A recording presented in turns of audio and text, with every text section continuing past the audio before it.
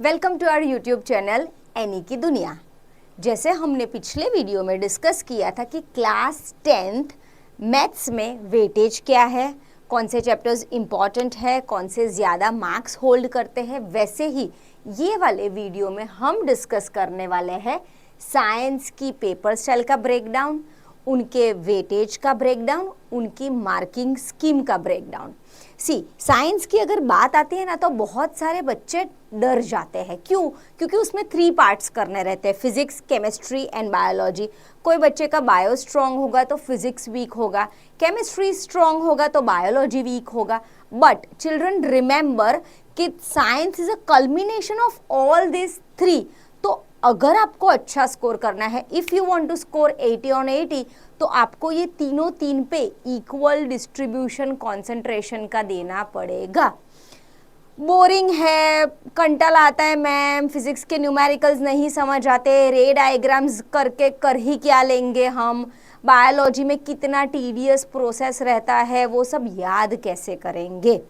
तो उसके लिए मैं आपको प्लान भी देने वाली हूँ कि आने वाले 3 महीनों में, 3 मंथ्स में, 3.5 मंथ्स में आप आपके स्केड्यूल को कैसे प्लान आउट कर पाएंगे। हम पेपर स्कीम डिस्कस करने वाले हैं और easy and quickest way to learn science और टू स्टडी साइंस। क्योंकि बेटा आप समझ नहीं रहे हो, साइंस हमारे आसपास हर जगह है बेटा, और अगर यही सब्जेक्ट से हम भागेंगे then how are we going to get ourselves educated. बहुत ऐसा नहीं है कि अगर आपको 11th-12th साइंस लेना है तभी आपको साइंस 10th का पता होना चाहिए, नहीं, आपको वो पता होना चाहिए। Then only you will be considered as an educated person, because everything in the universe is made up of physics, is made up of science, is made up of chemistry, is made up of biology. तो आपको आपके आजू बाजू या फिर आपके खुद के अंदर होने वाले चेंजेस का पता कैसे लगता है? साइंस से लगता है। So not take it as a subject, take it as a life lesson, take it as an experimentation with of the things which are happening around you. बेटा अगर आपने थोड़ा सा ये वाला नजरिया बदल दिया ना तो पूरे के पूरे साइंस के नज़ारे आपके बदल जाने वाले हैं। Let's start with this breakdown of blueprint. ये अगर आपके पास आ जाए ना तो आपकी प्रेपरेशन है ना बहुत स्मार्ट वर्क में डिस्ट्रीब्यूट हो जाएगी। आपको गधे वाली मेहनत नहीं करनी है, आपको सीधा सीधा स्मार्ट वर्क जाके करके अच्छे से 80 में से 75, 80 में से 77 स्कोर लाके रख देना है। और हाँ, मुझे बच्चों जल्दी से कमेंट में बता दो कि आपको साइंस में कितने स्कोर करने हैं। 80 में से 80 है, 75 है, 70 है, कितने हैं वो आप मुझे बता दीजिए। चलिए तो हम धीरे धीरे ये मार्किंग स्कीम तरफ आगे बढ़ते हैं एंड लेट्स जस्ट सी। तो ये हो गए हमारे जो 4 चैप्टर्स है, वो है हमारे केमिस्ट्री के चैप्टर्स, राइट। उसके बाद हमारे चैप्टर 5 से लेके चैप्टर 8 तक वो है हमारे इन जनरलाइज्ड बायोलॉजी के चैप्टर्स, और चैप्टर 9 से लेके हमारा बन रहा है फिजिक्स, ठीक है। तो आपकी बुक ने चैप्टर्स भी इक्वली डिवाइड किए हुए हैं, 4 4 4। और ये जो है वो मिसलेनियस चैप्टर है, अवर एनवायरनमेंट, जो काफ़ी इजी है, जो 2-3 कंसेप्ट से ही बनता है, फूड चेन, फूड वेब और बायोमैग्निफिकेशन से जी। तो इसको प्रिपरेशन कैसे करना है, कौन से चैप्टर में फिजिक्स में ध्यान देना है। अगर फिजिक्स में 4 है ना तो 2 ऐसे हैं जिसका वेटेज बहुत हाई है, केमिस्ट्री में 4 है तो 2 ऐसे हैं जिसका वेटेज बहुत हाई है, और बायो में भी सिमिलरली ऐसा है। तो जब भी हम पढ़ने बैठे तो हम हाई वेटेज वाले जो भी चैप्टर्स है ना उसको बेटा कवर कर लेंगे, ठीक है। अगर आप एग्जाम के पहले वाले दिन रिवाइज कर रहे हो ना तो कभी भी चैप्टर 1 से मत शुरू कीजिए। रीज़न, क्योंकि वो आपने साल के पहले वाले दिन ही शुरू कर दिया था, और जब भी नया साल शुरू करते हैं ना तो बहुत एंथुजियाज्म होता है, मोटिवेशन होता है, तो हमने अच्छा खासा उस टाइम ही उसको टाइम दे दिया था। तो जो नए चैप्टर्स है, जो पीछे वाले चैप्टर्स है, उस पे हमें ज़्यादा एग्जाम के पहले वाले दिन फोकस करना है।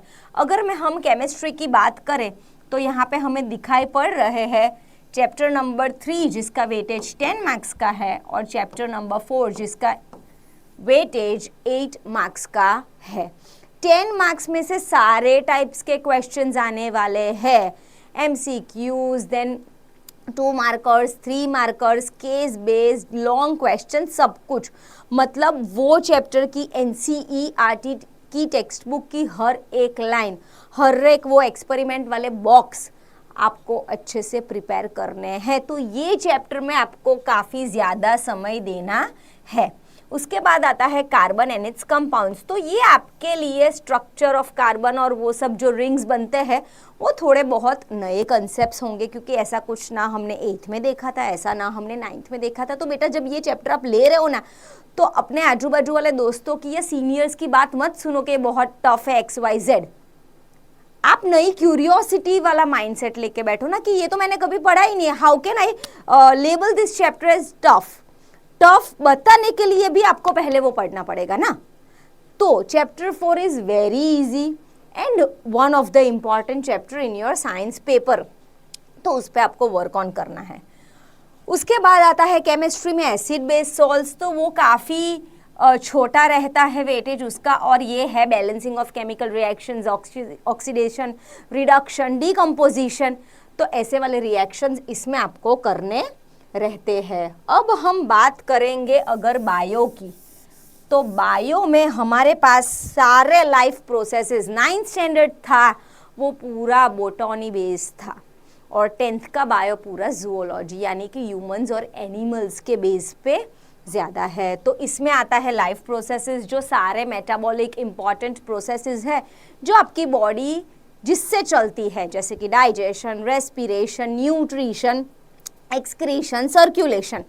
तो यही सिस्टम को पढ़ना है। तो उसके अंदर भी ये चैप्टर में भी आप 5 पार्ट्स डिवाइड कर सकते हो कि सारे सिस्टम्स, और सिस्टम के अंदर आपको उसका पढ़ना रहेगा important organ and after that process कि क्या बनता है। तो ये सब टॉपिक्स, ये काफ़ी बड़ा भी चैप्टर है, इसमें टाइम कंज्यूम भी ज़्यादा जाएगा। तो हम हर एक एक सिस्टम एक एक दिन को पढ़ के ये चैप्टर हम 5 डेज में कंप्लीट आउट कर सकते हैं।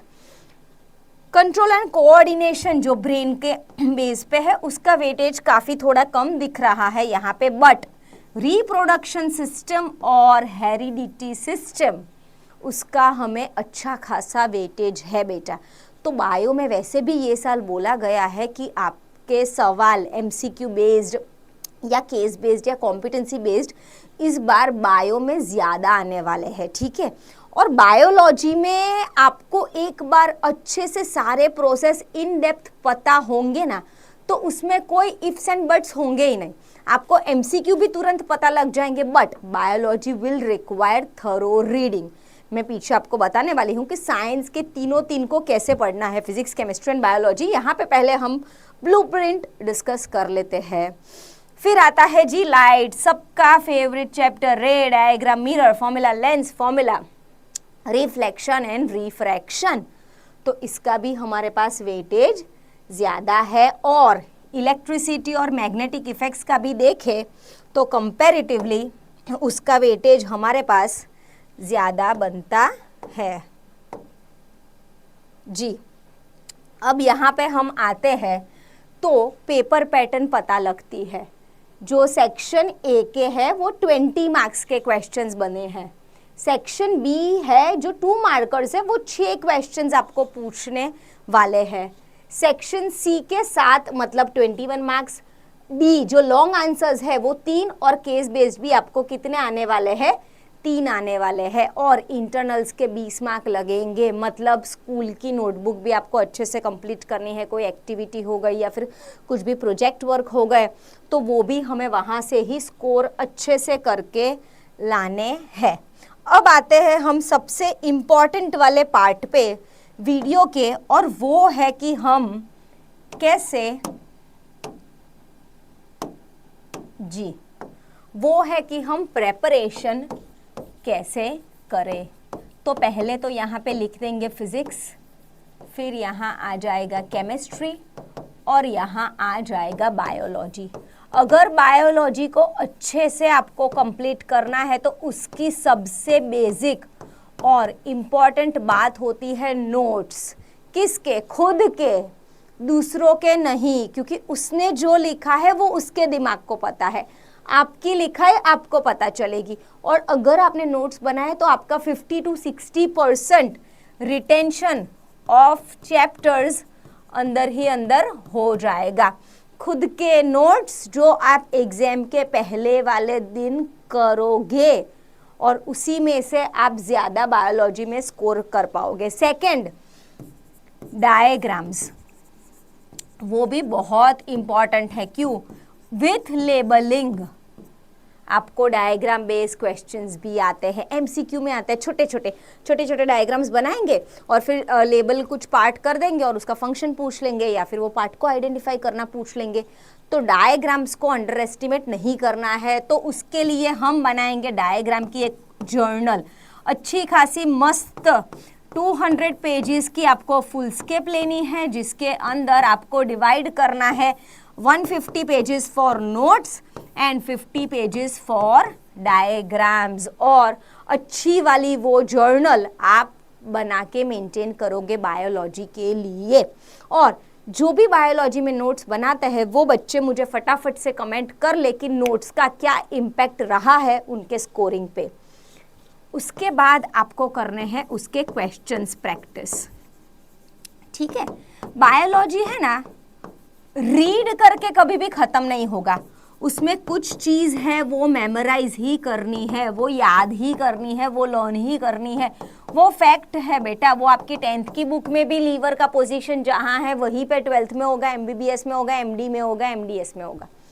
ठीक है, तो ये चीजें हमें याद ही करनी है। We have to memorize the things. पढ़ के समझ आना is a form of a passive learning, but वो समझी हुई चीज को क्वेश्चन आंसर्स में लिख देना, वो समझी हुई चीज को हमें मेमोराइज करके अगर हम क्वेश्चंस बना के लिख सकते हैं then we are good to गो।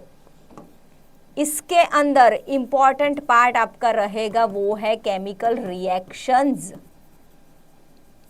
सबका केमिकल रिएक्शन में रिएक्टेंट साइड सही, प्रोडक्ट साइड भी हमें सही से पता होनी चाहिए। तो एक पूरी नोटबुक सिर्फ केमिकल रिएक्शंस की हमें बनानी है। और बहुत इंपॉर्टेंट ये है कि बीच में क्या लग रहा है, हीट है, कोई एंजाइम है, कुछ भी जो भी लग रहा है वो भी बहुत इंपॉर्टेंट है। और बेटा अगर आप कुछ भी रिएक्शन बता रहे हो तो उसको बैलेंस करके छोड़ो, इम्बैलेंस रिएक्शंस का कोई मतलब नहीं होता है। चैप्टर 1 में हमने पढ़ ही लिया है, फिर भी हम कई बार अगर मेटल्स नॉन मेटल्स के रिएक्शंस लिख रहे हैं तो we don't balance it. Why? I don't know, but we don't balance it. और इसके अंदर सिंथेसिस वाले जो भी क्वेश्चंस है, reaction of metals with acids, with base, with oxygen, with carbon dioxide, with water, XYZ, तो ये जो भी प्रोसीजर है केमिकल प्रोसीजर्स वो भी हमें पता होनी चाहिए। केमिस्ट्री का इतना है जो हमें ध्यान लेना है। फिजिक्स की अगर हम बात करें तो उसके अंदर इम्पॉर्टेंट रोल आता है न्यूमेरिकल्स का, रे डायग्राम्स का और फंक्शनिंग ऑफ अप्लायंसेस। ठीक है, रे डायग्राम में, लेंस डायग्राम में, मिरर डायग्राम में कहाँ पे ऑब्जेक्ट पोजीशन हुआ है, कहाँ पे इमेज फॉर्म हो रही है, उसकी गलती नहीं करनी है।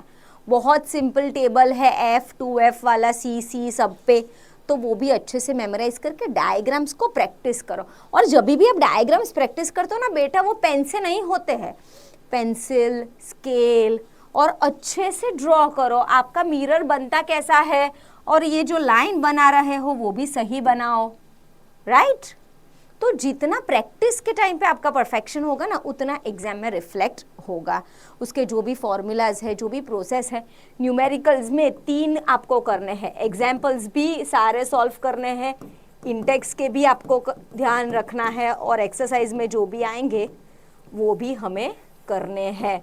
तो ये इतना सब जो मैंने बेसिक बोला है वो हमारे पास करने के लिए दिसंबर 2025 तक का ही टाइम है। क्यों जी? क्योंकि इन the month of Jain exams आपके बता रहे हैं फेब के अराउंड 17th को बता रहे हैं, ठीक है? So in the month of Jan and 10 days of Feb, 40 days आपके पास बचते हैं। आपके 4 मेजर सब्जेक्ट्स है, तो आप अगर हर सब्जेक्ट के 6 से 7 भी आपको 80 मार्क्स के पेपर प्रैक्टिस करोगे तभी भी ये वाले 40 डेज हमारे निकल जाने वाले हैं। इसलिए जो भी इंडिविजुअल चैप्टर की प्रेपरेशन है ना बेटा, वो दिसंबर से पहले ही ख़त्म हो जानी चाहिए, क्योंकि उसके बाद हम इंडिविजुअल चैप्टर को टाइम ही नहीं दे पाएंगे। तो अभी का टाइम है जहाँ पे आपको एकदम अलर्ट हो जाना है, जहाँ पे आपको टाइम वेस्टिंग बंद कर देना है।